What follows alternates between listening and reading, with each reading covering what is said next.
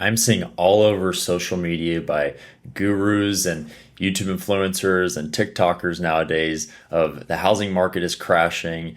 Mainstream media is throwing it out there. And I wanted to share some real graphs and data today to maybe put that to rest a little bit. And I'm not saying that we're not seeing a rebalancing in the housing market right now. We definitely are. We're seeing more inventory come up and we're seeing more of a buyer's market.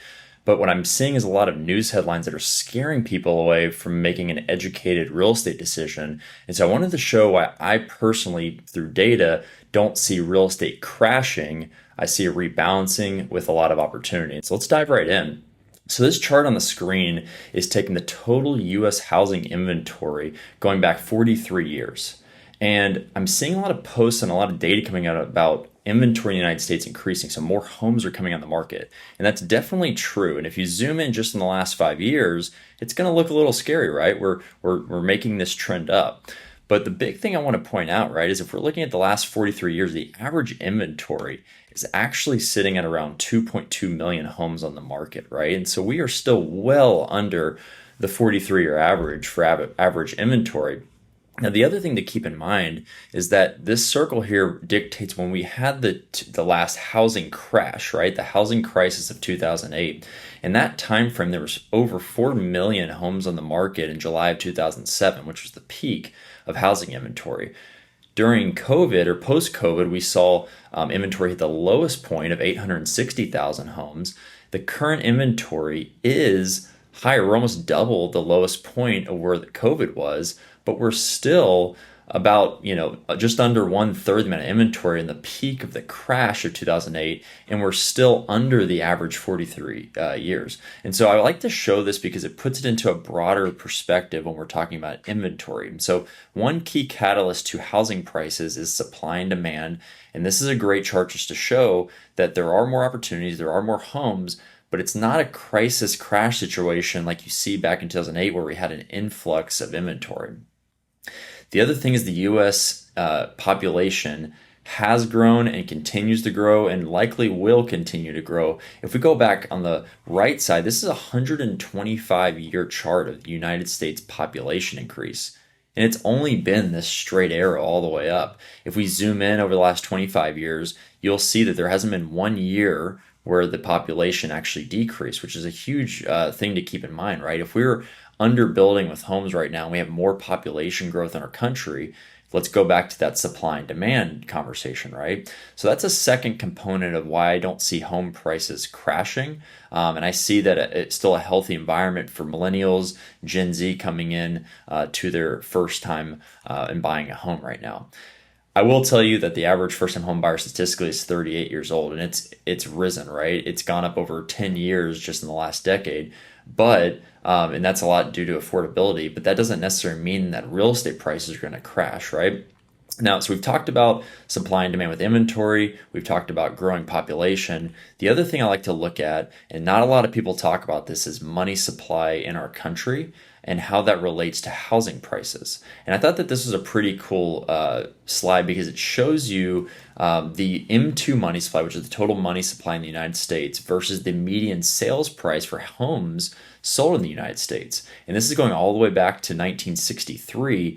And if we look at this, we've got on the money supply side, we had $365 billion of money supply in 1963, whereas today we're at $2.19 trillion of money supply, right? And that's a 60x, 60 times more money in the market than we had back in 1963.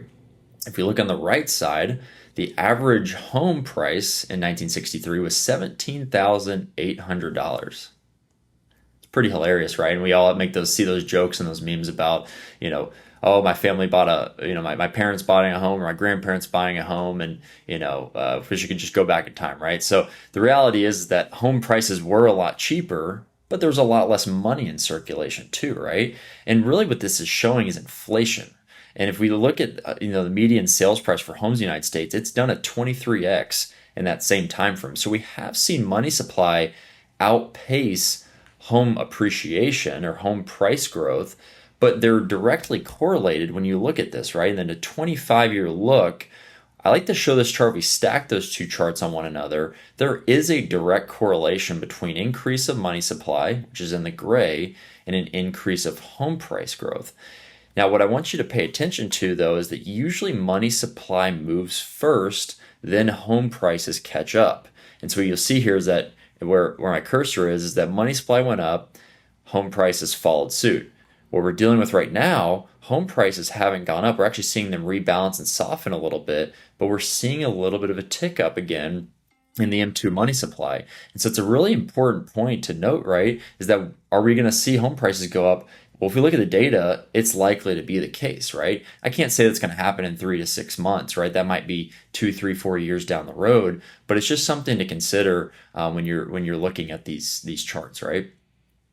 Last thing I want to talk about is inflation in our country and interest rates. So this is a chart going back to the 70s, and we have in the blue side the inflation in our country, and in the gray line we have the 30-year fixed rate U.S. mortgage, right? And so if we go and look at this, inflation moves first, then rates. Inflation moves first, then rates.